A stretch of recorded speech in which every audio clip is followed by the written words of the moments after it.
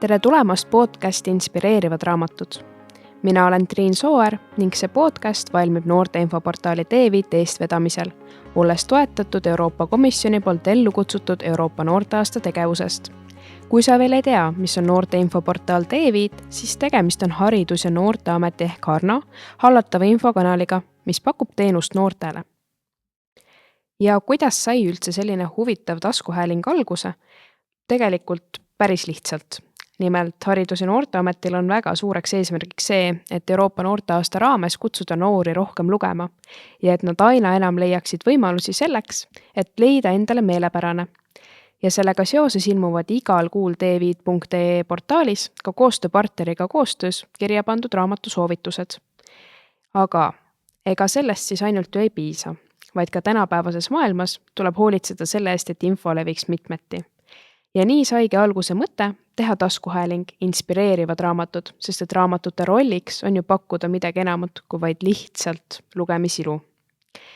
Ja saatejuhina ja toimetajana tehtigi siis pakkumine mulle, sest et raamatu huvilisena on mind enim need köitnud ja tegelikult see lugemishuvi sai küll alguse sellest, et mu vanaema hästi palju luges, kui ma väike olin ja ma nägin seda kõrvalt, aga Harry Potter, mida te ilmselt kuulete ka episoodides päris palju, oli see, mis just 5. klassis viis mind sinnani, et ma tõsiselt hakkasingi väga palju lugema. Ja noortekirjandusse viis mind tegelikult teos Enesepa medaljon, aga juba sellistesse spetsiifilisematesse, no võiks julgelt väita, et Tom Valsbergi Eluterve pohhuist. Just sellepärast, et ta väga ausalt jagab seda, mis on siis elus oluline või mitte.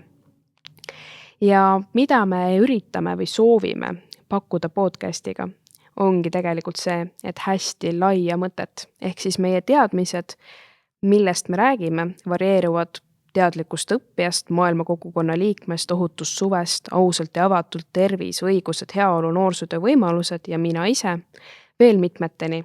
Aga noorte kaasamine on midagi, mis on meie paljude jaoks väga suureks eesmärgiks. Seega olemas on nii eksperdid, kes võivad olla nii väga edukad kirjastajad, kirjanikud, raamatukoguhoidjad kui ka noored ise, ehk siis lugejad või hoopiski need, kes kirjutavad veel hetkel sahtlisse või on juba avaldanud oma esimese luulekogu või raamatu.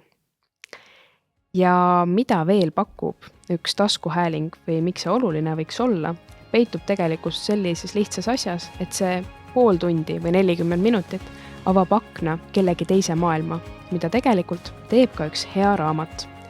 Nii et lugemiselamusteni!